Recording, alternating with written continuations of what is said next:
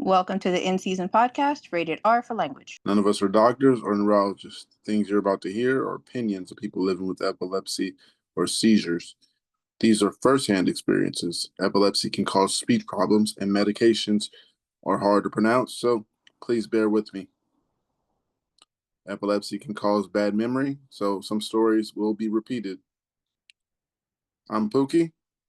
Get ready. I got a post here. It says, my fiance died 7 days ago. I am in pieces. I almost to the hour. I lost her. She was an active member of this sub. She was only 30, and we were together 9 years. I was too tired to disconnect from her, to hear her cries or help. The last time I saw her was Thursday. I dropped her off at the condo. She asked me to stay the night. I said I was tired and I would next time. In the morning, she messaged me and said she was swimming later in the evening, and I just don't remember seeing it. I was so out of it that day. Later in the evening, she calls and tells me she's swimming and that I should come join her. I made an excuse and it still didn't register. Next thing I know, I got a phone call and she's gone. I should have been there. I should have hopped in my car the second I heard that. I didn't even look for her in the pool when they said she had an accident. I thought she was on the street or in her condo, only until they told me she was at the pool. Did it hit me? That's when it hit me. She had a seizure in the pool and wasn't found till a half an hour later. I didn't even think of her till they called me. Oh, shit. As a person's asking for advice, keep your head up. Sounds I'm like sure. they're grieving still, too. Say that again? They're grieving. That's why I don't suggest swimming. It's not their fault. That's Right. something to keep in mind. They need to know and remember it's not their fault. It's not their fault that she passed away while swimming because he wasn't there or she wasn't there. It's not their fault that any of it happened. So I don't know. I got feelings of survivor's guilt there, and you know, I can't think of anything else to say except just repeating it's not their fault. Not their fault. I could see how he felt bad though when he said he made up an excuse when she said come over. So that would make you feel bad as well. But yeah, I'll go through these comments. You never know what's coming up. You know, he didn't know. He made an excuse like he would have either way. One comment says, as someone with seizures, that's not your fault. My wife is always worried that something will happen while she is away. And I wish I could find the words effectively to communicate with her that it's out of her control. I'm so sorry to hear about your loss. I cannot even fathom what you're going through right now. And I know it sounds like cliche, but it's not your weight to bear. Another one says, I just want to respond and say that it's not your fault. Nobody in the world could have ever predicted that she'd have a seizure the one time you chose not to join her in the pool.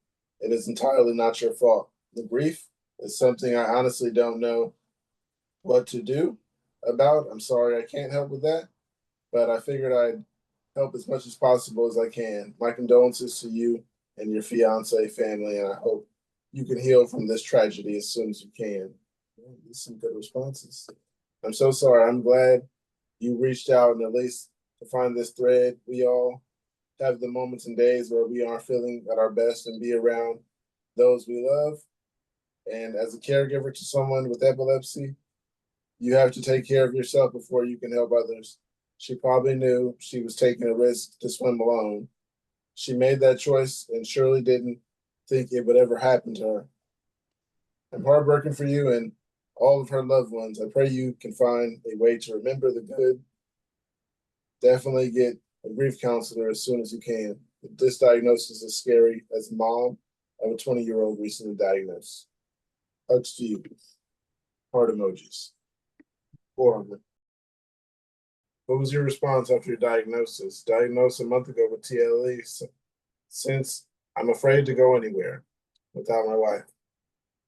I don't want to be in public and have any issues pop up. I've always been self-isolating person, but now I am even more. I'm a high school cross country and track coach, but I missed most of this past season due to this. I'm afraid to be around the kids or at a meet and have something happen, especially without my wife. I'm very forgetful now and not energetic, positive self. Additionally, the Kepler has me in all sorts of emotional mess. Although I believe it's the beginning to level out. I was prescribed Zoloft. Now I lack energy and tired fatigue quickly. Is this a normal initial response to the meds? How did you overcome the worry of this? How long does it take to feel safe? How do you accept the embarrassment of something happening in front of strangers? Any other tips or suggestions would be greatly appreciated. I know life is different now, but I would love to feel somewhat like myself, not alone. You're not alone. My response was short-lived because I was in high school. So, yeah, I didn't have a moment to grieve. I just had to deal with it and move on because the kids around me knew. And yeah, those reactions were the worst. How do you accept the embarrassment? I once had a friend named Jeff who said, "You just keep putting one foot in front of the other. Just keep going." That's a good one. Just keep going. Don't give up on yourself or anything. It's the way to do it. How did you overcome the worry of this? How did I overcome the worry? I can't push it on. Is this an initial response normal? Is this normal, you guys? Initial response to epilepsy? Did anyone else react like this, or this just a regular? I would say, yeah. Want to do. I'll add a little bit more to it. Most of you guys know I work at a school as well, and that is one of my like real big fears is having like a full on like grandma in front of them. You know, like the kids, like me. I joke around with them, and like I'm like that one like quote unquote cool yard duty and everything. Like so, I don't want to like scare them and like freak them out or something because a lot of them don't know what they don't know what a seizure is or they've never seen one happen before and so that like I was saying earlier when we were talking about caring about what other people think about you or something like that. Like normally I wouldn't, like if it was just out in public somewhere at a restaurant I'd be like, okay, cool, it's adults, there might be a kid too that sees it, but like whatever. Oh yeah, sorry. My scruffy got the scruffy homeless look going today, but yeah, I'm here, man. Um so yeah, so like yeah, just out in random ass place in public wouldn't really bother me. Most likely I'd be with somebody that would help me, that knows the situation, but also be mostly adults and it's just like whatever. But when it's a bunch of kids and it's ones that you have to Hi, see Jeff. every day or five times. Night, Jeff. Take care, man.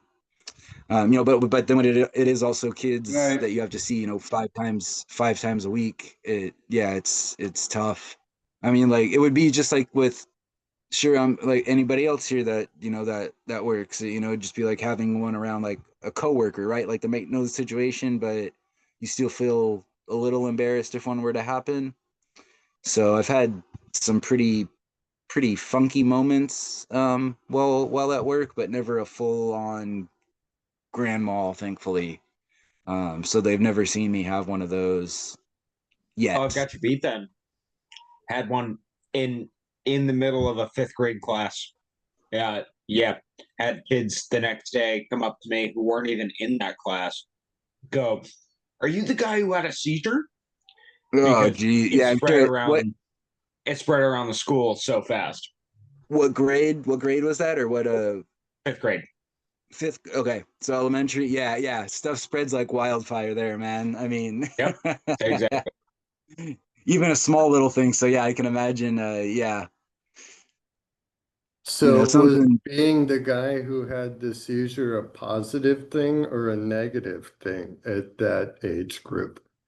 Honestly, I think that the kid who asked about it, the way that he asked seemed so like not not really concerned. It's just so curious that I think he may like have had some experience with epilepsy, like somebody in his life, maybe him.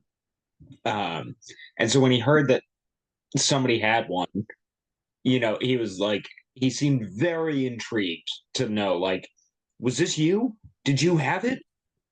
And it wasn't just like a general, like, oh, shoot, you're the guy who flopped on the floor like a fish. It was generally like, you had a seizure.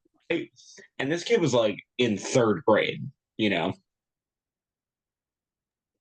Like a targeted interest?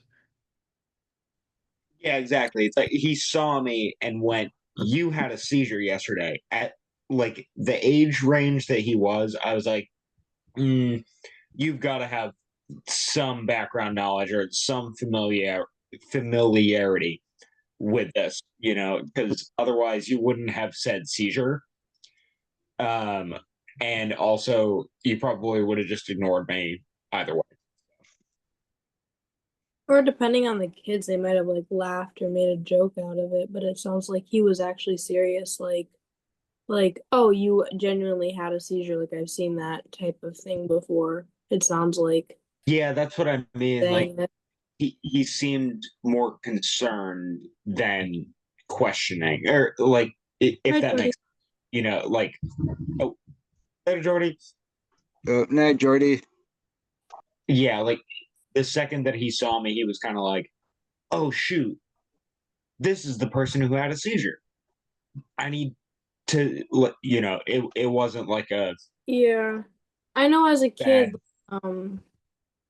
when, certain things that my mom would be dealing with, I was very like at such a young age aware of it.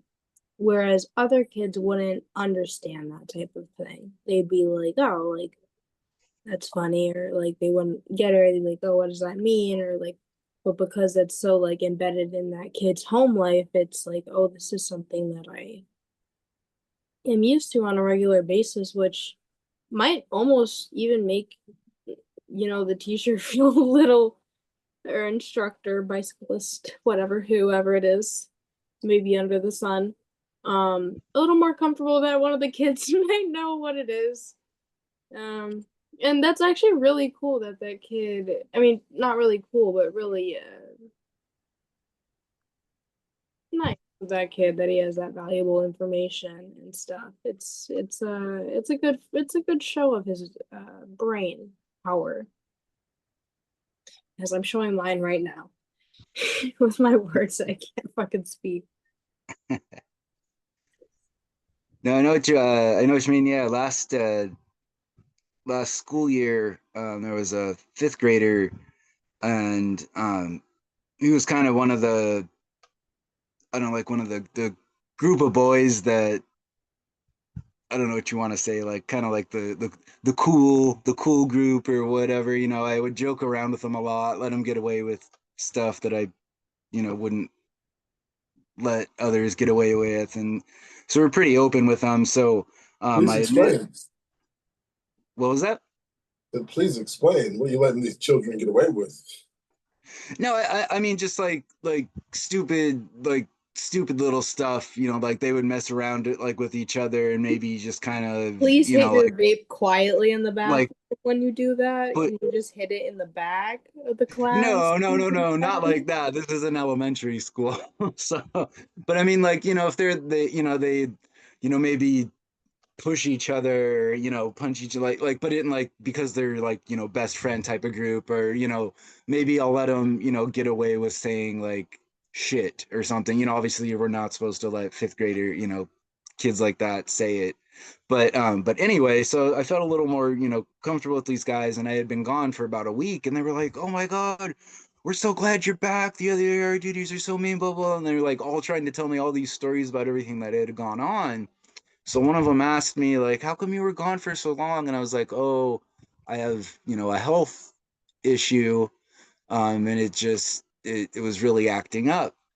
And then, just being little kids, they're like, "Well, what is it? What is it?" And I was like, "Okay, fine, whatever. I'll tell you. I'll tell these guys. It's fine." I was like, I have epilepsy. I don't know if you guys know what that is, but and then like before I could even finish the sentence, one of them, his name is he was like, oh my gosh, I'm so sorry. He's like, my older sister has epilepsy, and I've seen her have seizures. It's so scary. And he was like I'm getting emotional. I get too emotional, but yeah, he yeah, you could tell he was like a little teary eyed, like he felt like sorry for me. Like he knew what was going on in fifth grade. They were like what, 10 years old, I think, 10, 11, depending what time of, school year it is. So he knew what it was, and I was shocked that he knew like some of the details, and he was asking me like kind of like pretty specific stuff about it. And so it was kind of, yeah, kind of cool that um I guess that somebody so young knows about it. Because like I've mentioned, and I'm sure a lot of you guys have had it before too, you say like, oh yeah, some blah blah blah, I can't do this or whatever, I have epilepsy, and people are like, what's that? I'm like, dude, you're a grown ass adult. Come on, you had to have heard of a seizure or epilepsy before. Or Like, on us adults being like, I have to put the wallet in your mouth. You're yeah, like, yeah. no, no, we're Or not. they still think like, yeah, putting something in your mouth during the seizure so you don't bite your tongue is better than biting your tongue. But right, so is that still like a common misconception that a Well, lot of that you hear so from a it lot of wasn't for people? biting your tongue, it was so that you wouldn't swallow your tongue, which has been proven to be like Im- impossible. Impossible. Yeah, Yeah, yeah. like you're never Physiologically gonna swallow impossible. your own tongue. But that was what it was for, was like so you don't swallow your tongue. Mm. Because I've bitten, yeah, the tip of my tongue. Obviously, I can't show it on camera. It's too detailed. But the right front tip of my tongue, you can clearly tell it's like flattened. Like I've bitten it several times. So yeah, but what I've heard is it's worse to put something in the person's mouth because then like the forces, that go through your body, which is, like why I've mentioned how sore, and I'm sure a lot of you too, super sore after a grand mal is because the forces going through your muscles and everything are so strong that you could actually break your jaw um if you're biting down on something as hard as, like a comb or just a hard object that somebody might put in your mouth. Is that anything you guys have heard too, or I forgot what I had to say, but it was really good something to say. Well, I'm sure it was, baby. I think the big thing is like if you swallow it or if you swallow something or if someone puts something in your mouth, you chomp down on it. that's true? I never You thought of that. Yeah, like it breaks in half and then would you like, swallow the other half and then you're choking as well as having a yeah, seizure. that's And what I've heard is why you don't put something in someone's mouth. I didn't know about the jaw thing actually. That's really interesting.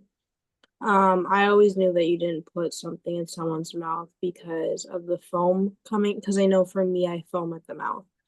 And if you were to yeah, you put mentioned that that before. in my mouth, I'm gonna start choking on the the fluid. Oh, okay.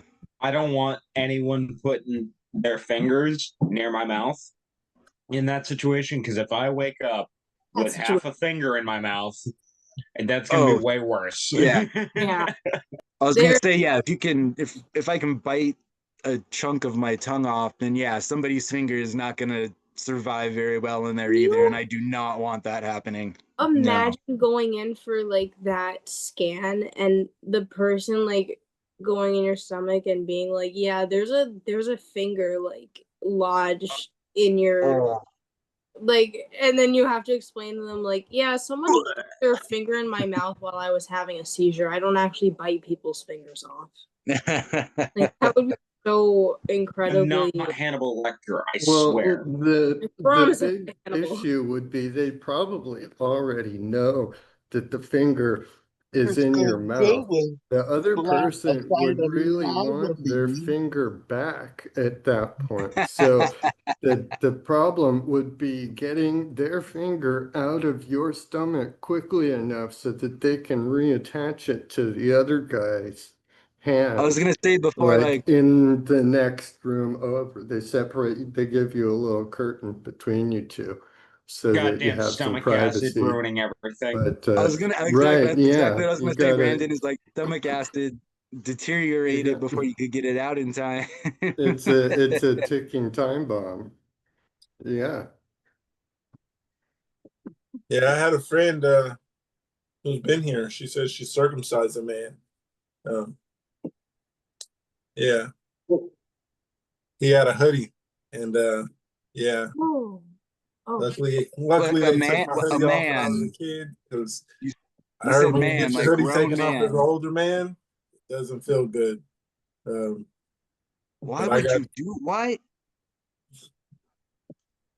Yeah, human he needed beings, a man? circumcision, and Weird. she did it for him. She had a seizure. That's what I'm saying.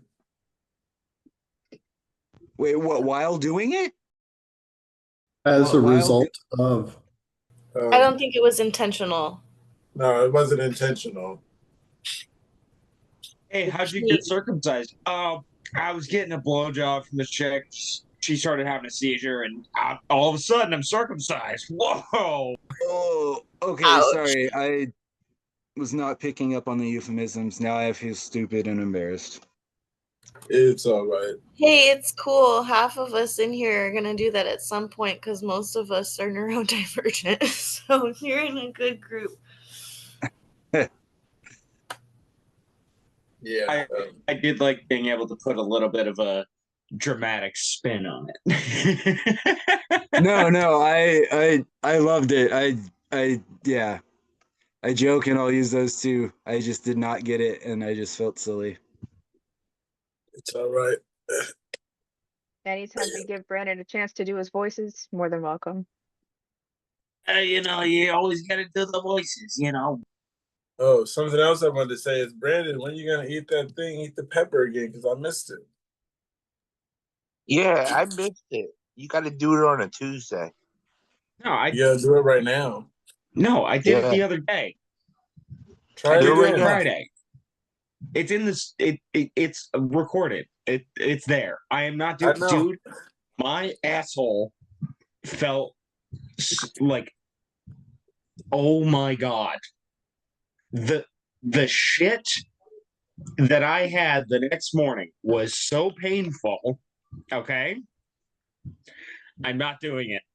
I'm not doing it again. I'm going to do what Kate did and put it in a stew with a bunch of potatoes and carrots.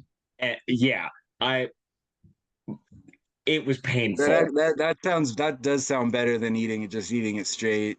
Get the actual flavor out of it. Make something delicious with it. We still have to get Zyra's take on this. The flavor in cooking Brandon. is eating the pepper directly. This one's thawing. Orders of magnitude different. This one's thawing. Oh, Mark, I actually want some. I want to try some on camera. Hold it up. Brandon's What type face. of pepper? What type of pepper is it again? I think I missed what. when it was Well, mentioned. so this is the one that I'm gonna eat today. The one that I ate the other day was well, so Mark says it was that was a ghost pepper. yeah, but I was looking at the Okay. Carolina Reapers, and they look a little more like Carolina Reapers. I'm just saying.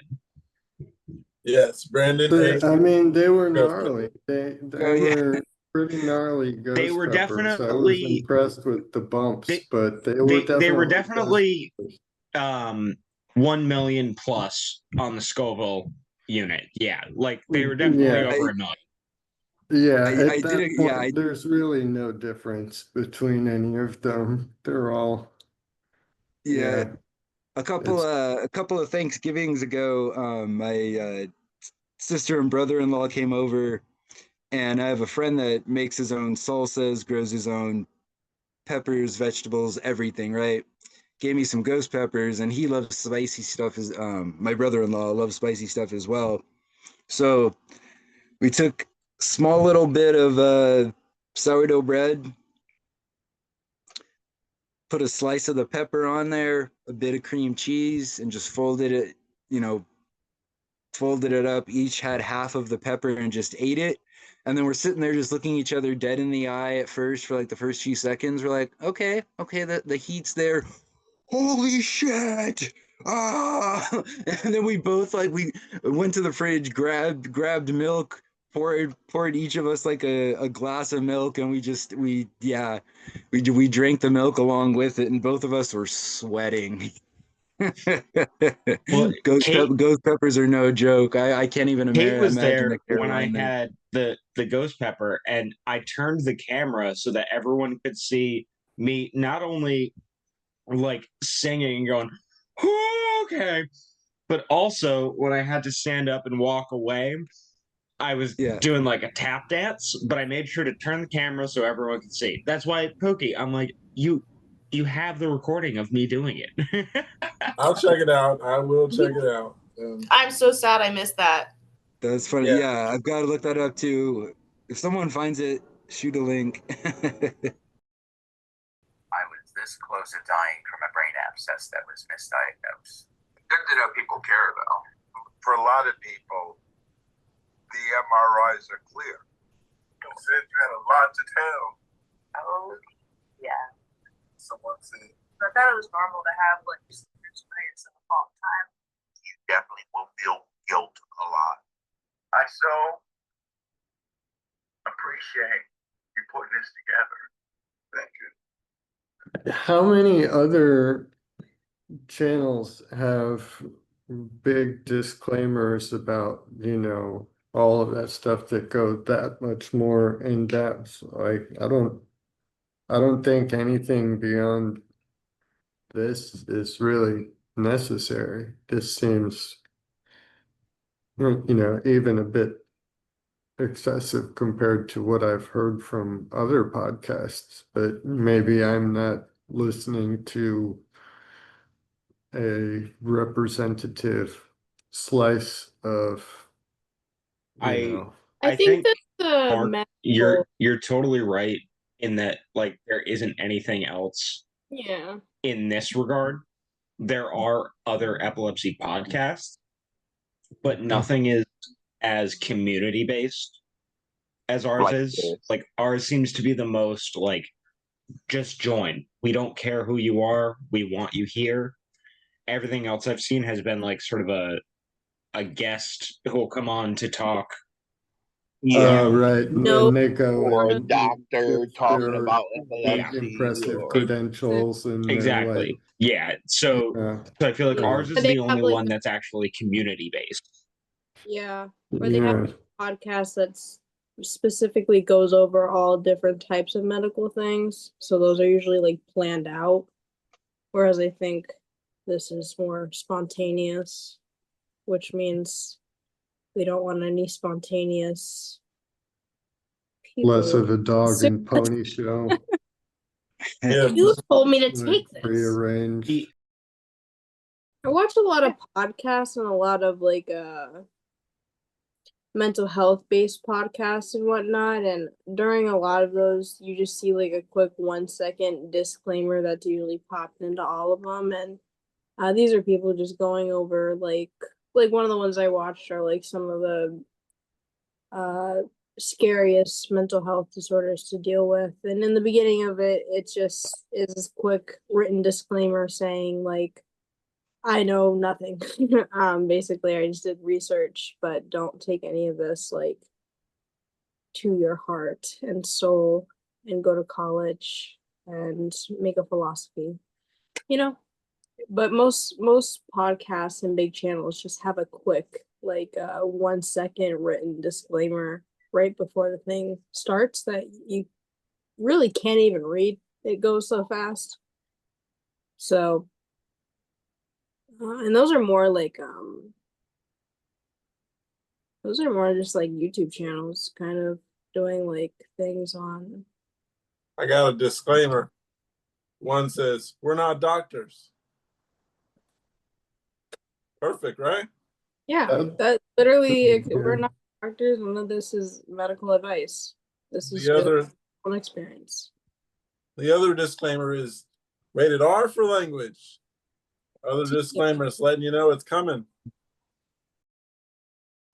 And yeah, just to add to the whole like open community thing, you guys were freaking awesome. I just popped up out of nowhere, started posting, started joining. You guys even put up with me being my grandpa self and not having Zoom, not knowing how to use it, taking a little bit of time to finally get on here and video chat rather than just sit there and text post on the text chat. So yeah, this group is great. It's really helped out. Like I said, it's given me a lot of different ideas, like my medical bracelet thing, and just finding out how other stuff reacts to different people's bodies, like medications and stuff. And so yeah, I definitely would recommend this to anybody that I come across that does have epilepsy. You guys have been awesome, and I appreciate all of you a lot, genuinely a lot. Thank you. Yeah, Vicky and Kate have to put up with me too. Okay, let's face the music. I got one here. It says, do you think you should really be driving? I see a lot of people on this forum who have issues with driving, not being able to or having to wait a certain amount of time before their licenses are reinstated, etc. Do you really think limits on driving for epileptics are a bad thing? I've never touched the steering wheel before and don't think I ever will. And I think for the best of the laws are behind it are too vague. Seizure free for 6 months? What kind of seizure? How do they determine that anyways? Do you just take my word for it? I don't know. Do they just take your word for it if you're like, I didn't have seizures? That's a good point. I've never thought about that. Like, you could just say, oh, it's been X number of months and just lie. As long as you don't go to the hospital now, they don't have any record, It depends on where you live. If I Or wouldn't if have you have answered the electrodes in your question, brain. right, if I wouldn't have answered the question yes at the DMV, I would still have a legal driver's license right now. Well, that's what I mean. Like, you can just lie and they'll give you a license, and just have to be like, no, I haven't had a seizure, I swear. I could have, but then if something happened and it came back and they were able to somehow prove and check dates, then I could have been sued and really screwed. I'm not saying it is a smart decision. I'm saying it's something that one could, someone could do to get away with it. You could just lie. Some places, I think they are required to report. System. Yeah, that's what I was just gonna ask. I was gonna say your doctors weren't required to report that to the DMV. Mine Not did. here. You don't Can necessarily may I have to ask? go to the doctor every time you have a seizure, Not everyone is Yeah, dramatic yeah. enough to lead you to a doctor type, situation. And But I didn't have like I've never had a driver's license. But when I went to the hospital after my first and second seizure, no one at any point asked me for like my driver's license or said anything about not being able to drive. It it totally would have been just up to me. It like in that situation, that's like crazy. That's no crazy. information was shared with the DMV, nothing. They Yeah, didn't my even tell very me. first. My very first seizure, they didn't even tell me that I couldn't drive anymore until I saw the doctor like 3 days later, and the nurse popped off, "Oh, you can't drive now." Yeah, They I might say still that in the have a office, but valid then the I DMV license. drove doesn't get here. noticed. I Sweet. know. Even No, I even had a the legal state driver's doesn't. license up until 6 months ago. My Mine is doctor, still he currently called the valid. DMV himself. Yeah, Yeah, mine is valid even after going to the emergency room having a tonic-clonic seizure. Um, none of my seizure history since then over the course of almost well over a year and a half now, 20 months. None of it has been reported to the state DMV. So Nope, you definitely that can't expect doctors in Florida to do that. And I when was they just do, it's about to submitted through say an you are online in Florida, Mark. yeah, it's an that's online that's form and they take crazy. their time getting that process. Because yeah, my very first one was April of 2006, and while I was still in the ER when my doctor had come back in, and to discharge me, they were letting me know, all the usual stuff they let you know. But she also mentioned, she's like, by law, I have to report that this happened to the DMV, so you won't be able to, your driver's license will be suspended for 6 months.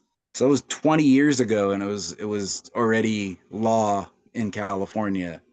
I don't know how long before that it was enacted or not, but still, yeah, it's shocking to me that other states they're just like, nah, okay, cool. You can drive yourself home. Have a good It day. See you later. Yeah. it's shocking to it's shocking to me how much it varies from state to state, where it's like 6 months here and it's a year there, and some places is, more than a year. I was gonna say I It's think one state is 3 years. I can't remember which one now, but yeah, here in if you don't mind me. California. Here in California is 6 months. But my doctor, he did the DMV work for me. He said he called the DMV and all Uh-huh. that, and he told me I have to go 2 years.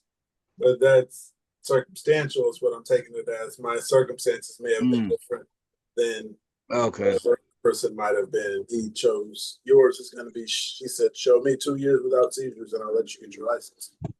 So Yeah, the last one I had was 2000 or last license I had was 2010.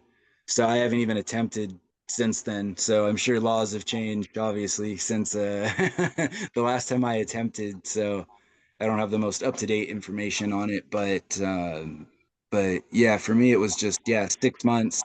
And I'm like, no, I think it really should be longer for most people, just to make sure that it's not going to get worse, or that their medication actually is doing what it's supposed to be doing.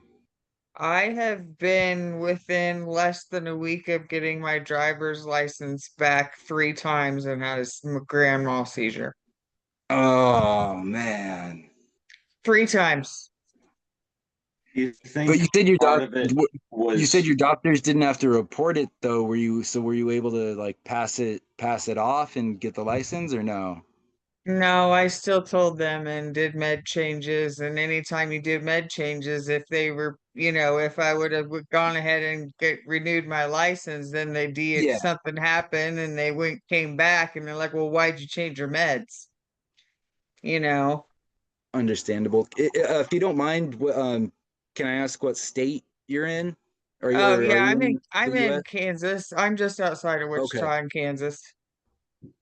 Okay. Do you Okay. do you think that sort of the excitement, anxiety leading up to being able to get your license back might have like attributed to having a seizure? I don't know. I've wondered the same thing. Yeah, because that's always That's a good sort of point. been a curiosity of mine when it comes to I feel like every time I'm about to have something like fun or like a big event or Stress. something, I feel ec- It's like I'm gonna have a stress on your seizure. body. Yeah, It's stress exactly. on your body. Yeah. And I think that's might be one of my triggers too. And Excitement. I think that if I were to even think about starting to drive again at this point, I would be so nervous, I just there's I don't know, I would be a mess and it would probably just make me have seizures. So I don't need to do it. I don't think there's anything that will get me to drive right now. And I got some comments right here. One says, I only have nocturnal seizures, but I still don't drive. I'm not cleared by the state or by my doctor, and I also don't think my selfish need to get out is worth putting anyone else at risk. Great idea. Another one says, I feel like That's this is very exactly personal. why. Come again? I said that is exactly why I don't want to put nobody else at risk. Yeah. I got one that's similar to Brandon. I've never driven and I never will. Actually, no, you said you have driven, right?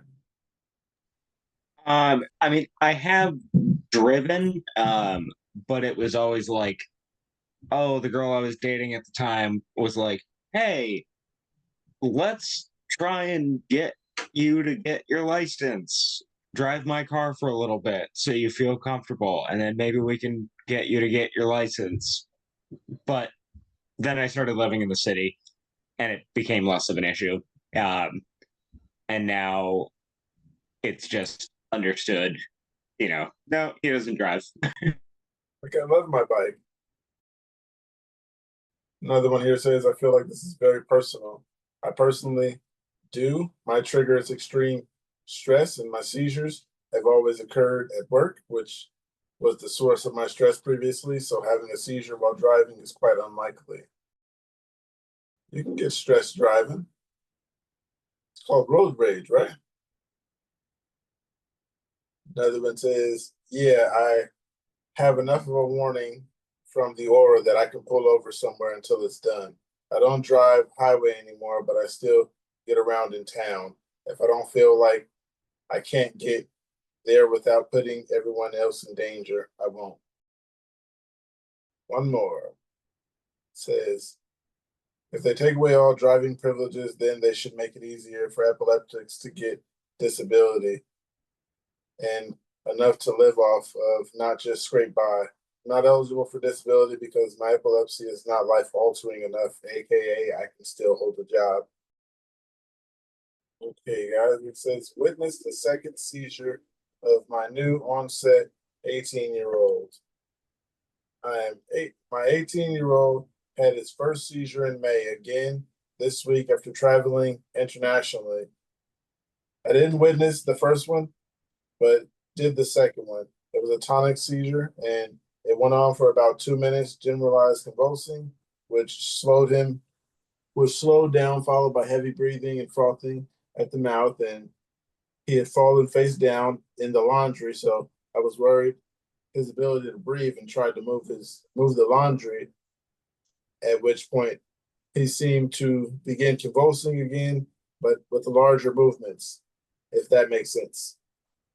I worried about him hitting his head with a larger swing, so administered Valtoco at about the 2-minute mark. My question is, would that be constitute for a second seizure, or is it common to have the lulls in one seizure? I know I was supposed to wait 5 minutes, but that's easier said than done, especially when I'm not knowing what constitutes normal.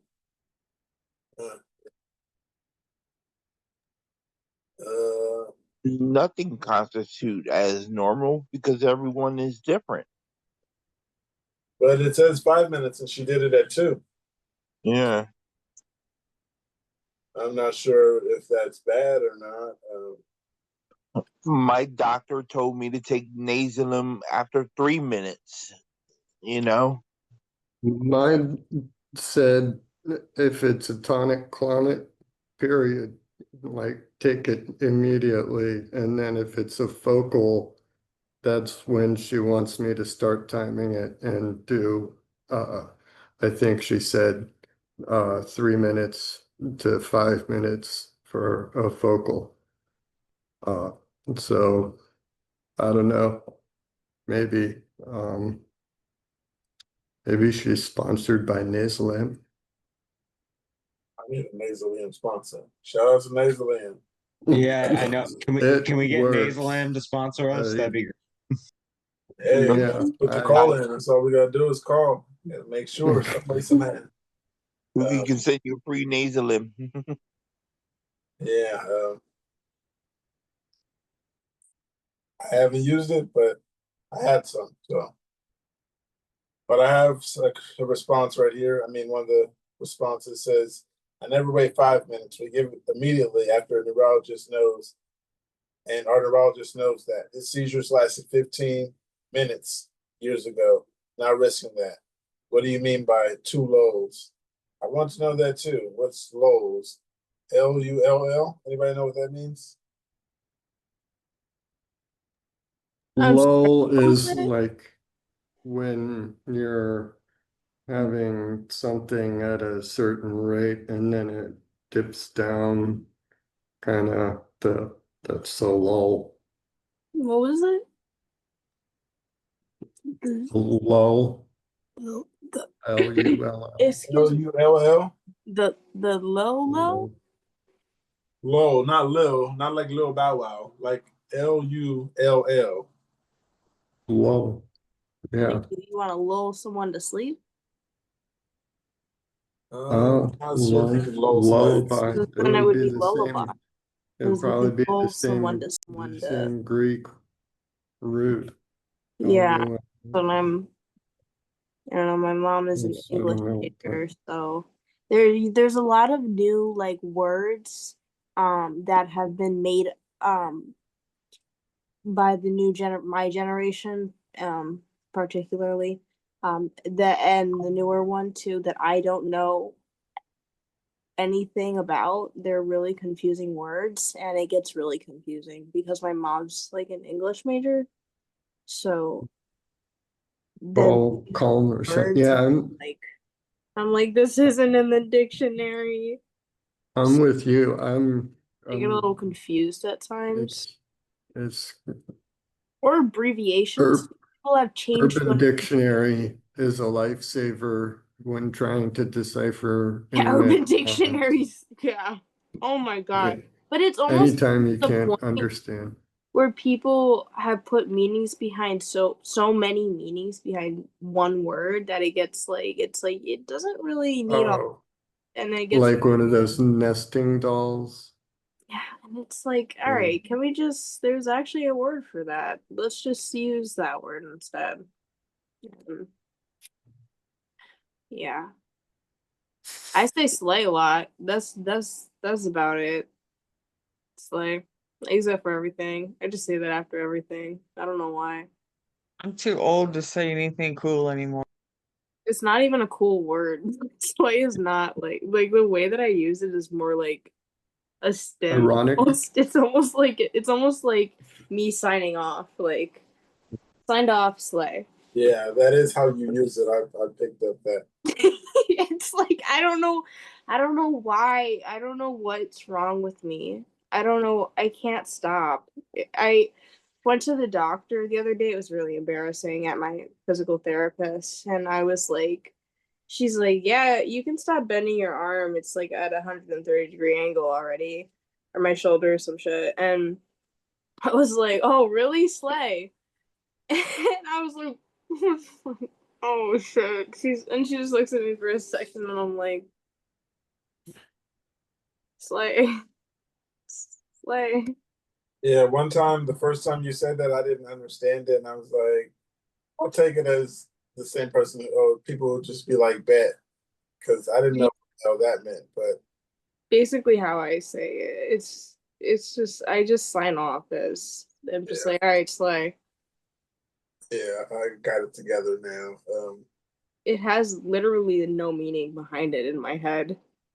It's like a period at the end of a sentence for me. It's like, yeah, not good, not good. I gotta fix that. I can't go into a job interview and be like, I have epilepsy, slay. Um, I'm really good with customer service, slay. It's You're not pirate. It's the pirate complex that's right. kicking in.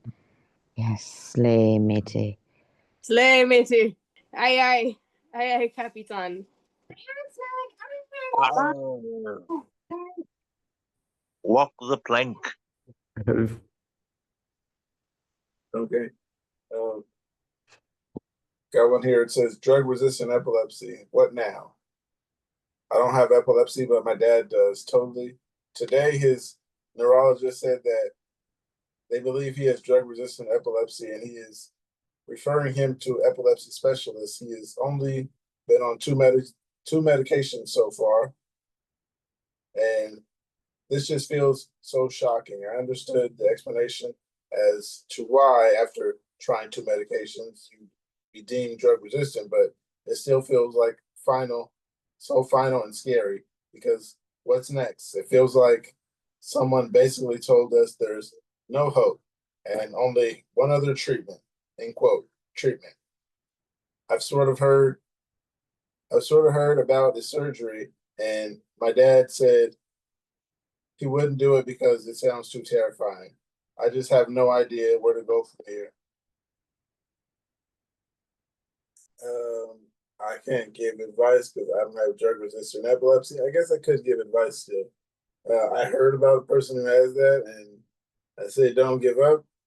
And I kind of felt like they were saying no hope when I heard someone say that. That was the first time I heard someone say that was drug resistant epilepsy. It sounded really There's odd. always hope. Huh? There's always hope. Yeah. That's what I was thinking at first. Drug resistant. I was like, damn, so it's just forever going to be changing medications. But From my understanding, I thought that they give the label drug resistant if you just have been on, like, if two medications has not been sufficient to control your seizures, if it takes a third or more. Yeah. So it's not really like a whole new big thing. It's just, Yeah. you know, the I'm on next board. the next one. So it's not something to be like intimidated by or afraid of, this label drug resistant at the front of it. It's not like, you know, stage 4 epilepsy and, no hope. It's just the word for the state. And trying a third medication is not a big, you know, well, I don't know. Maybe I shouldn't speak about, uh, no, there's, you should speak more. well, I mean, I guess I'm right where they're at. I have had, I have had 3 medications and Me too. I'm still having seizures. Same. So they're talking about, my next options are either try a 4th medication or, you know, implants or resection, surgery. So it's not this big thing. It's just the next step, you know. I didn't wake up one day with the label drug-resistant epilepsy in any worse condition than I was in the night before. It's just doctors making labels so that they can communicate with each other and understand how to handle your case. So my advice would simply be don't worry about it. Don't worry about the drug resistant part and listen more to what the doctor says after telling you that drug resistant, because the rest of what they're saying is the important stuff that you want to pay attention to. Try to remember. Yeah. It's not that you're so much as drug resistant. It's that you will go through a bunch of more medicines more than other people. Some people might take Keppra for 10 years, and some that ain't gonna do it. You know? If anything, that's why it's reassuring when a doctor is willing to put another code on a claim, because I found out today that the doctor I've been seeing for the last 2 years hasn't updated any claims with a diagnosis. And Humana says, yeah, when you saw them in February of 2022, there was a diagnosis, but we can't show, you don't see that on your own explanation of benefits. So now I have to go through the doctor's office just to get something up to date showing that I even have epilepsy and that every appointment wasn't just for an update to a brain implant. So if a doctor is willing to put more codes on a claim for an accurate, you know, whatever it's called, like a full, more of a full picture, then it's going to be way better if you ever get treated by somebody else. Mark, would I be considered drug resistant? I'm on my 3rd medication. Still having seizures. Okay, good to know. Good to know. Yeah, I believe so. Right. 3rd Yeah, medication and according to trying. Epilepsy Foundation, yeah, once you're past 2, you're drug resistant. So to the comments of that post says, the epileptologist can provide answers. I am on my 4th drug right now, and it finally seems to do something. There are also less scary options such as VNS. This is definitely not the end. There are over 30 anti-seizure drugs. He tried 2. He tried 2, and just because they failed doesn't mean he is drug resistant. It took my doctor 5 years to find the right medication cocktail, and mine were bad. The Depakote, Tegretol, and Neurontin was my combination. 3 different doses, 4 times a day, kept my seizures free for 10 years. Now I'm on Keppra and Lamictal. Do not let him jump straight into surgery. That's crazy. Medical weed. That was the answer. Medical weed. I tried 4 to 5 countless combinations of each medication. It took over 5 years to find the right combo. And when I did, I didn't have a seizure for over 10 years. I only had one recently because I came off my medication. I don't suggest coming off your medication. I just wanted to add in there that's the reason I stopped taking, or my doctor had taken me off of phenatonin, was because I was at the highest dosage that they would prescribe. I don't been on so many different ones now. I don't remember the exact number of milligrams, but I was at the highest dosage that they would, um, I guess, be allowed to prescribe to people. But anytime I would have like a blood test to check levels, or if I had gone to the ER after having a seizure, they were always telling me, they'd be like, "You need to make sure you're taking your seizure medications." I'm like, like, I have an alarm on my phone for morning and night. I do not miss a dosage ever. Like, it just, my body just wasn't absorbing it properly. So then they switched me off the phenatonin, and that's when I went over to the Vimpat. Um, I was also on Keppra this entire time as well, and then the Vimpat didn't work, so that's when I started the clobazam about a month and a half, 2 months ago, and I I need to make an appointment with my doctor because this shit is making me feel way worse in so many different ways. I need to switch off of it. I don't know if anybody else is taking that right now and how it made them feel, any switches or differences or anything.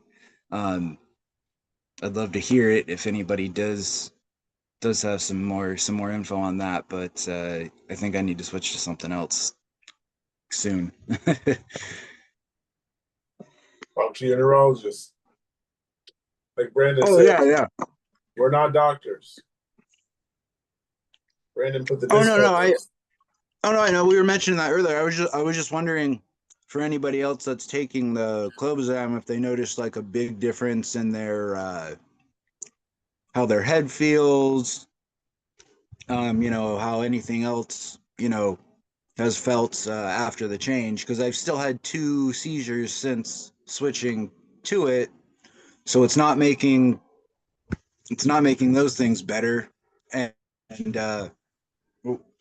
so it's not making that better, and it's making me feel more drained and tired every day. So I was just wondering if anybody else had similar experience. I obviously wasn't asking for like doctor advice, but Clobazam is a benzodiazepine, isn't it?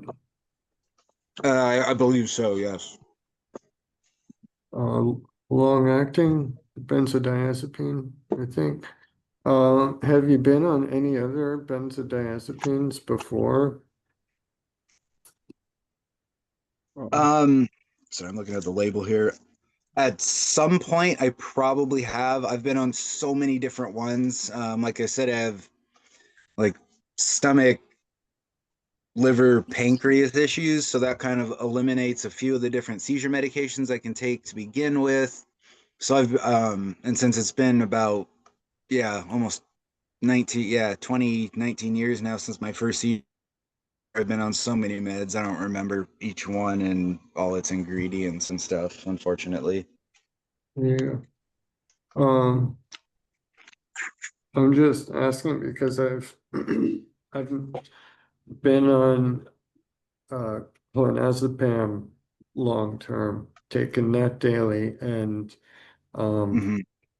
with any benzodiazepine, the tolerance builds really, really quickly, and it can get to the point where, in some cases, a patient can even go into start going into a mild withdrawal between doses if they are, um, at certain, I think it was somebody that like a case study, a single man that I read about who was on, um, alprazolam, so Xanax, so really, really short acting, quick, um, benzodiazepine, but it took him years to taper off completely. Shit.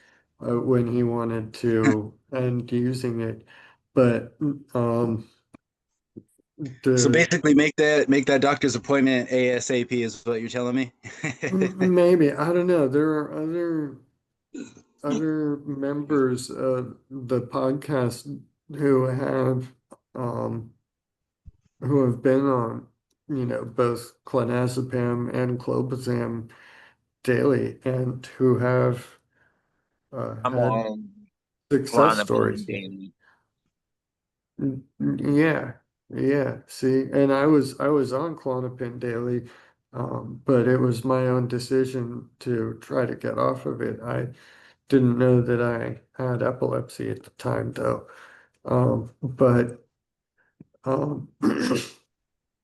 That's what I that wanted was to get just off of, but they are putting me on. Well, I finished the Excopri titration. Um, and now I gotta finish the Vimpat, getting off the Vimpat, and I think I'm so doing they're keeping better. you on the Klonopin the whole time. Yeah, they When's the didn't want last to time you take had me. a seizure, Angel? Big May. I think Huh? I'm doing good.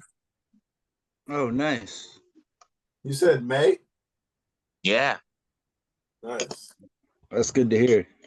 You got to tell us when it's 100 days. I gotta remember that. Gotta That's write it something down. to write down. Was that a Exactly. tonic? Was that a Huh? TC? Said was the last one a TC? The last TC was in May, definitely. That's what I was asking. Like, was it a TC? Yeah. Um, so I got one here, you guys. It says to anyone with epilepsy, can I still be a doctor with epilepsy? Does it get easier? Do doctors tell the truth to us when they say it might go away, or is it just false hope? 21 years old and in my third year of medical school, and I was diagnosed with epilepsy 8 months ago. It's not severe, but it still stresses me out. I keep wondering, can I really do this? Should I quit? Will epilepsy hold me back forever? I want to be a doctor. I want to reach out to my dreams, but right now I feel so lost. If you have been through this, I really appreciate your thoughts. I know somebody who's trying to be a doctor right now. I don't know her like that, but she's been here once or twice. Dr. Kate. Huh? Hmm? You said Dr. No, you Kate? didn't say my name. Hey, dude, Dr. Yeah. Kate. Dr. Kate. Everybody called Dr. Kate. It's a common name. It must have been another Kate.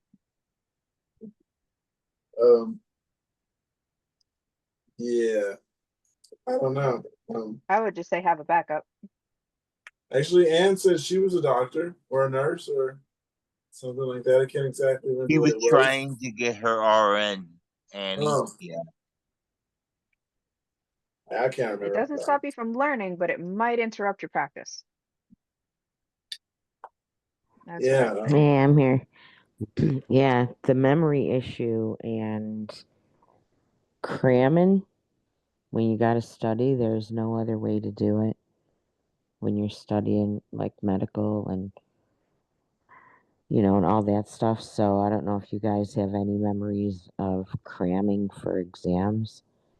A lot of people get triggered from that, and yeah, that was my thing. It's like I couldn't keep the stuff in my head, and that was like almost 2 decades before my diagnosis, but well, the clinical diagnosis. But yeah, I couldn't remember enough, and then I would freeze. It's like But yeah, that topple in the OR was the last straw.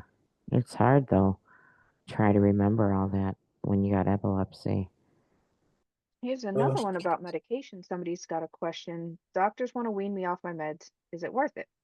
I went to the neurologist and they told me that my last few EEGs were seizure free, and they said it would be a good idea to start weaning off my medication to see if I truly don't have epilepsy anymore. But I'm scared. I'm 18. I had my first episode at 11 and had my last one in 2019. Since then, I've been completely seizure free. Despite being free of seizures for this long, the thought of having one is in my mind every single day. I still have anxiety attacks that feel like auras, but I think I can tell the difference between an aura and anxiety. I don't want to have to relive the trauma of having them again. It would, but my mom thinks it's a good idea to wean off. If my meds are working, why should I stop taking them?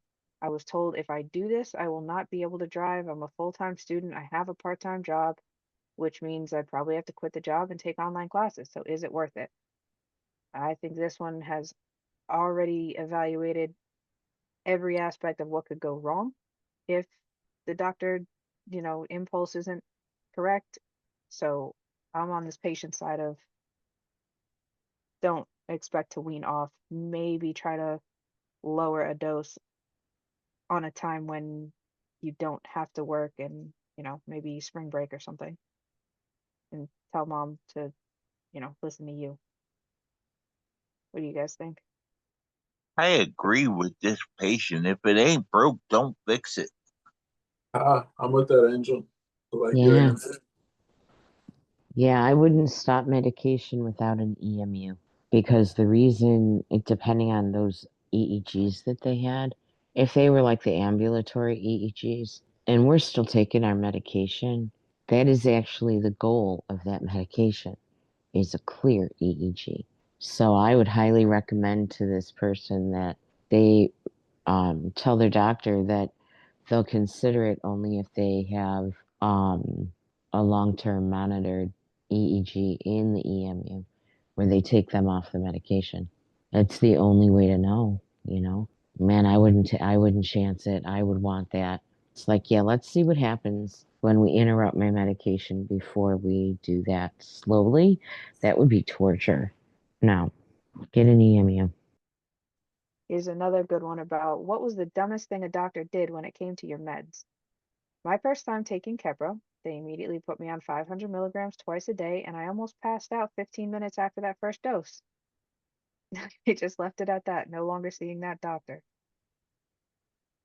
So that sounds like it might have been some kind of allergic reaction. I still feel like the dumbest thing the doctors ever did with my dose was just not letting me know about the risks that went up when I was taking that combination of meds and what to watch out for. Night, Andrea. Night. Yeah, my doctor Goodbye. I can't say really made any dumb decisions. Because I think once I got on medications, I got to the dose I was going to take, and I stayed on it. I never upped my doses. Either he changed it or I stayed on it.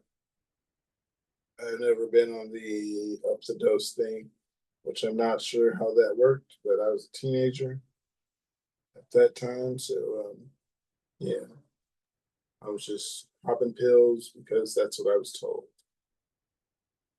Mark, have you ever questioned your doctor's diagnosis or orders on medication?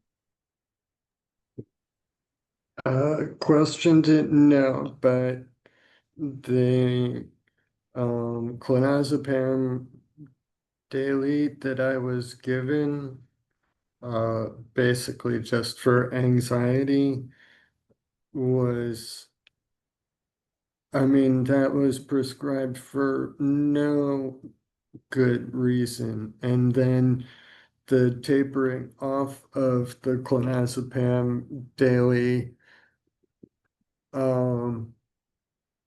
was such a long drawn out process that disguised a lot of what probably would have been recognized as epileptic seizure activity had the doctor not given me the Klonopin for anxiety.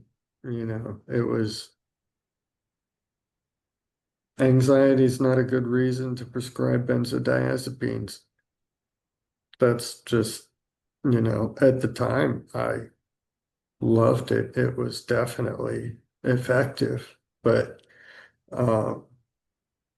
after a couple of weeks, it really lost its edge. And after a few months, it didn't help with the anxiety anymore. And I needed it in order to be back at the baseline that I wanted the prescription for in the first place. So then tapering off of that was just that much harder, that much more difficult of, social anxiety to deal with. I agree with that. I think benzos can make your anxiety worse almost, in my opinion. It just makes it harder to cope without it. And that's not what medicine should, that's not what, at least for anxiety and those types of things, you shouldn't be getting worse with the medication in the sense that it makes it, because being prescribed with Xanax at 12 at such a high dose for a little over a year just ruined my tolerance for, and has ruined my ability to be able to ever be able to be treated with a medication for my anxiety again, because it put it at this starting range of Xanax. And that's an incredibly strong drug to do at such a young age to be prescribed. It's too much. Too much. And it's too much for an adult as well, unless it's like, because it's just, people mix it with alcohol, and that's what usually happens, is because it stops working by itself, they mix it with alcohol, and then that's how you get the Xanax and alcohol mixture. And it's a revolving door. It's why it's a very, not classified, controlled substance. It's controlled for a reason. That one is, actually controlled for a good reason. Yeah. Some of the others, I don't Some of the know. others are kind of out there for, like, some ADHD medications. I understand they're very much can be misused, but those ones, I think, actually, for me at least, They don't all get like a really quick physical dependence. yeah, it has helped me incredibly. And but it didn't ruin things for me the way that Xanax did. And I wasn't taking Xanax recreationally. That was prescribed by a doctor. So, that says a lot right there, but with the mental health side. Yeah, it's like the mental health equivalent, or the benzodiazepine equivalent of the opioid pill mills of like the early 2000s. Just Yeah. the ease with which they were just dumping out such heavy doses of benzos on children. I mean, Yeah, and then you grow up and you're like, how the fuck do I battle this without this? Because now they don't hand these out like they used to. And they also, not that they should ever been, but now they also don't help us get through this, and they tell us that it was our fault somehow. It's this weird little medical, what do they call it when they're trying to tell you something that you did but you didn't do it? Gaslighting. And welcome, Twisted. The question for tonight. Are you there? Okay, just tune in when you can. So, who's next? Angel. Now, it sounded like they're handling your Yes, I'm medication here. switch. Oh, okay.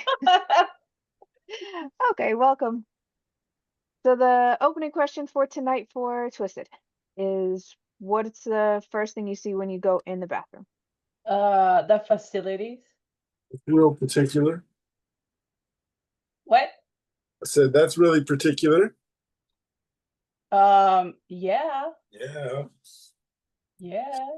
Um, That's where my ass is touching. okay, I'll find something. Epileptic and a mother. Is there anyone else who has epilepsy but is going through pregnancy, motherhood? I'm 29 years old and I'm having epilepsy. And I have epilepsy ever since I was 8 years old.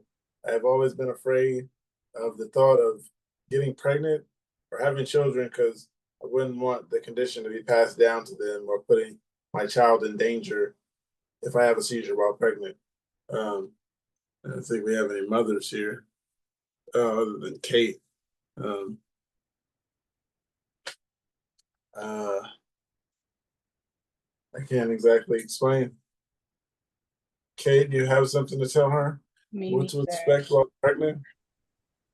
Okay, as far as the pregnancy one, definitely take notes, have people around as much as possible, and do your own research. Don't trust the doctors to just tell you this medication's been around for a couple decades and nobody's reported enough complications to endanger your fetus. Don't trust that, because I appreciate weaning off of my own medications, even though they were safe, and no complications. And I think I would have had those tonic-clonics every trimester, and maybe more than usual focals in between. But it is what it is. Same thing happened when I was back on the full dose just before I was done breastfeeding, and all those other famous hormonal changes after birth. So if you're catamenial, get ready for a pretty fucked up like 3 years. Wow. Okay, I'll go through 2 comments. Let's see. One says, I'm 40. My boys are 18 and 15. I went off meds for 3 to 4 plus years while I had them.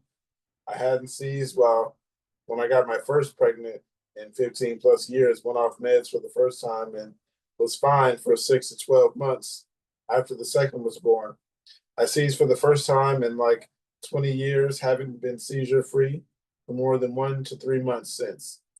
Been on, I honestly don't know how many of the meds since 7 to 9 plus, I think. Currently titrating up on the Excopri.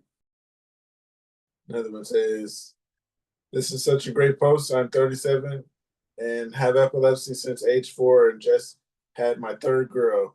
Let me say the fact that you're worrying about your epilepsy, which with getting pregnant means you're already doing a good job. With each pregnancy, I kept my neurologist in the loop and he would alter my doses if I needed. He also offered to change medications for that would ease my worries. 3 born without complications and no seizures during labor delivery. Message me if you have any specific concerns. And if anything happens during the pregnancy, they would never feel comfortable. Nobody would ever want to, like the neurologist, I think on the first pregnancy in DC, they went out of their way to get a hold of the OB and tell her, don't even suggest a birthing center or any kind of alternative birth, because this one's having a C-section. And usually after, if the first birth is a C-section, then they're going to do the same with any other ones. So, Okay, plus options. so with that one, only you could respond because you're the only mother here, Kate. But then there's anyone else child free. Everyone has to respond with this one. It says, don't have kids, don't want any. Stress and lack of sleep are my biggest triggers, and my body can handle so much. I'm on Keppra XR since that caused Keppra rage, stuck on 2 meds, and if I wanted to give birth, I'd need to go off to Pyramid. Not sure if I want to risk anything. Plus, where I live, I need a car to get around. If I lose my ability to drive, I can't bring little Susie or Timmy to a soccer practice, piano lessons, school meetings. I can't drive to work, etc. I feel like it would be unfair to me. With this, it feels like I'm dating. Dating is a nightmare because no one else gets it. I'm just looking for some advice. And support. I'm sorry, advice and support. I'm not child free, but go ahead, Twisted and Mark. Mark's never thought about children. He said, Mark doesn't want children over there messing up his vibe, eating up his peppers. I'm child free, and like I just wouldn't want to subject someone to this knowing that I already have it, just in case. Because I know mine is genetic, so I feel like I'm more prone to passing it down. So how do people react when you say that yours is genetic? Well, I've only ever had one person who got past the "oh, I have epilepsy" portion. And yeah, I mean, Linda's great. So she loves me for who I am, and that's all that matters. Right. Don't just say it because she's gonna see this. So is adoption still Well, on the table? she won't even see this. Yeah, I'm saying it fully knowing she's not even gonna see it. I was just kidding. Yeah. Never say never. Twisted. Child free. What's up? I was Twisted is looking for advice. never child free per se. Now I'm child free. By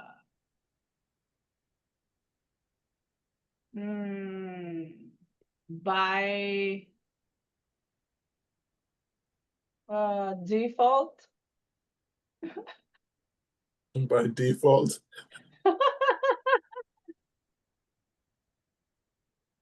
Do you want children? Yes, but no. I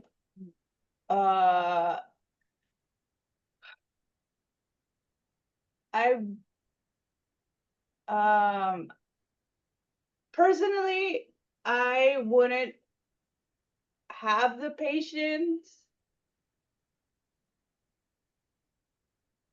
I'll be out.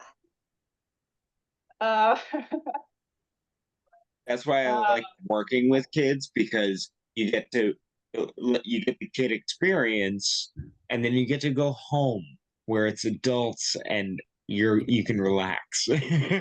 Oh yes, yes. Hell yeah, you get the fun parts of it, but no responsibilities. You don't have to change the diaper or cook a meal, or Yeah. you just get to make It's you just like get to going and make a hanging out with your friend's dog. I don't want to have a dog. I want to have fun playing with your dog, but I don't want that responsibility. I have 3 bull terriers. And I consider them as eternal 3-year-olds. Exactly. Yes. It is just, they are children for the rest of their life. Yeah. And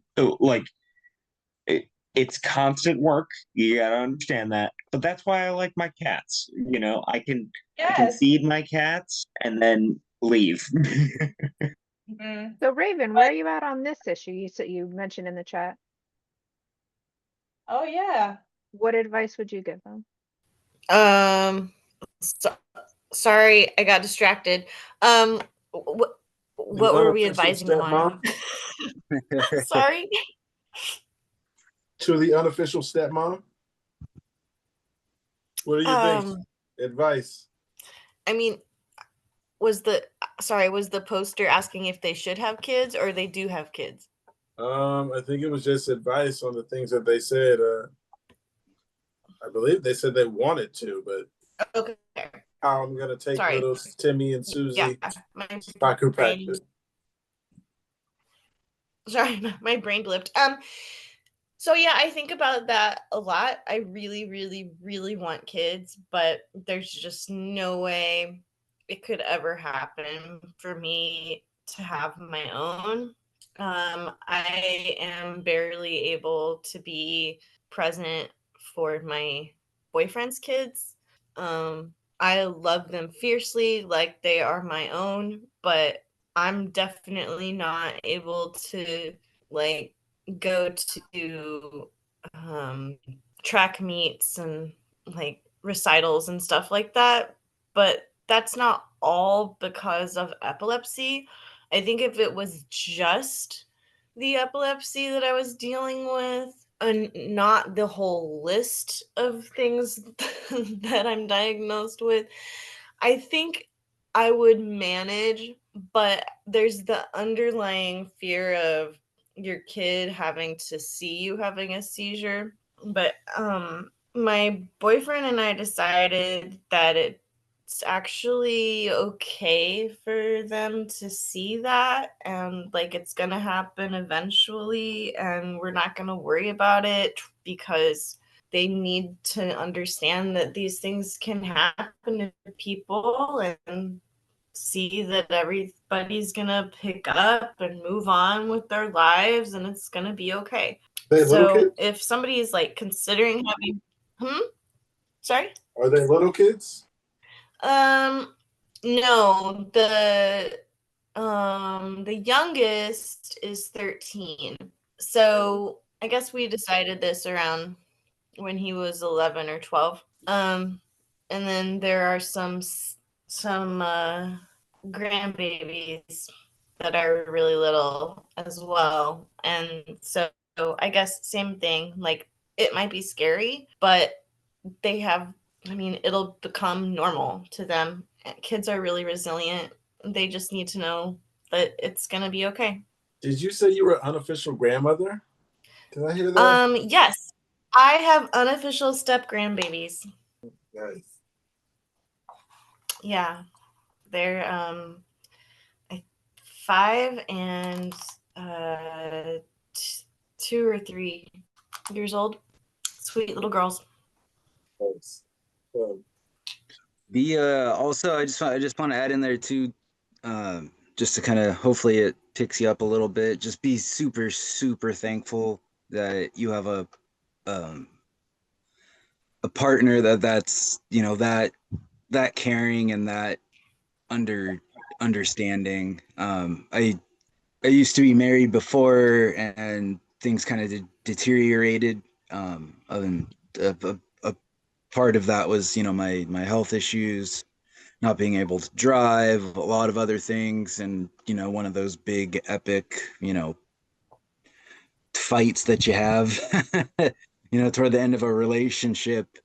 I mean, she literally straight up told me that, I'm a burden to her life and to everybody else within our lives because of my epilepsy. And she went off and proceeded to tell me, how everything has to be special for you, and I have to drive, and we have to make sure that we're at this place, or that you have, your medication on you, or we might have to go back home and grab it, and blah blah blah. And she just I was like, why am I in this, like, relationship? How is this the person that I chose to marry? And yeah, it didn't go on for the relationship didn't go on for too much longer past that.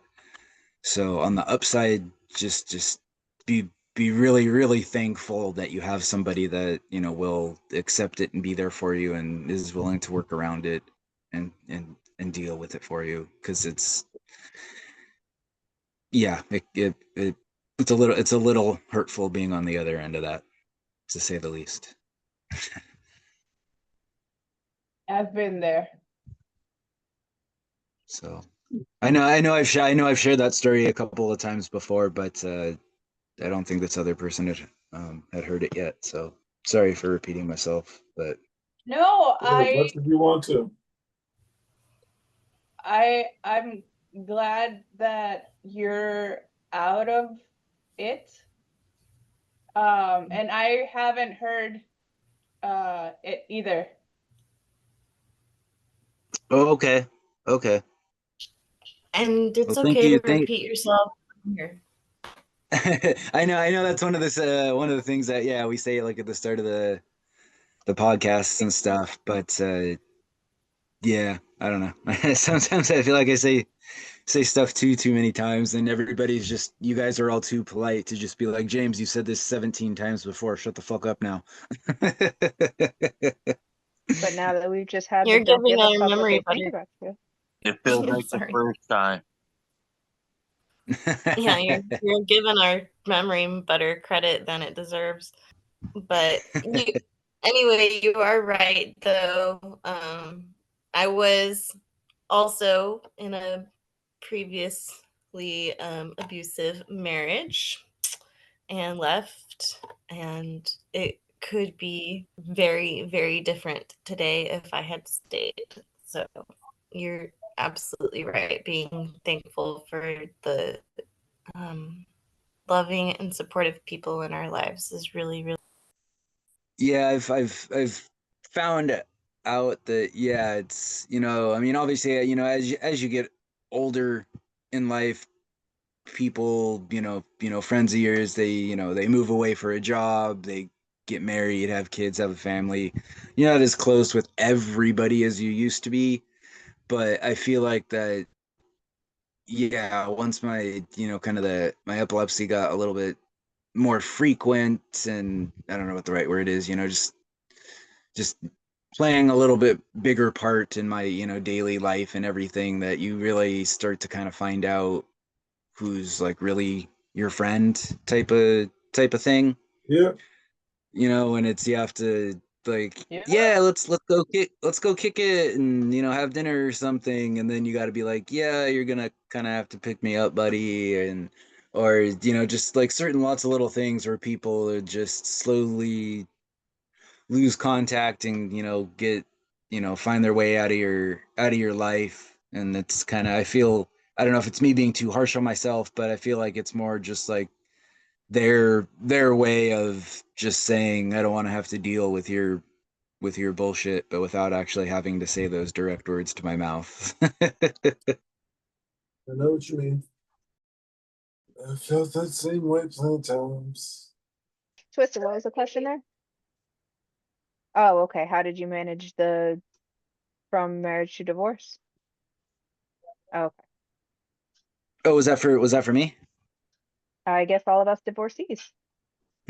So I'm um thinking what I did well, was finally admit that this is over for real, and that lying to myself about getting married during COVID was just stupid. And I can't think that keeping this family together, even though it's done, was the total wrong way to go. So yeah, see the truth when you can't deny it anymore and act on that.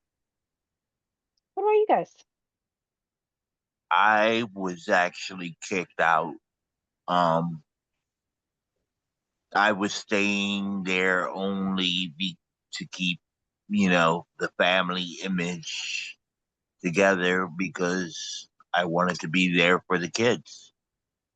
And that's what mattered to me the most. And it's been a year now. And I'm good. Was that James talking? Walk away. oh yeah, no, I was just saying to him, I just said that's good to hear. That's all, because yeah, Angel, what it prompted took me a that? little bit longer to get over I it. So Why is Angel so committed not to have children anymore? I mean, you're because gonna I go think through with mine surgery can for it? be genetic now. Wait, say that again. I think mine can be genetic. Oh, My epilepsy. I'm still afraid that my daughter might have it, but you know, or could get it. I hope she won't, me too. but you Um, know, I experienced epilepsy when I was 14, and now my sister has been diagnosed with uh MS and stuff. So there's stuff that's more genetic in the family. Please take your medication as prescribed or whatever works for you. We're not doctors.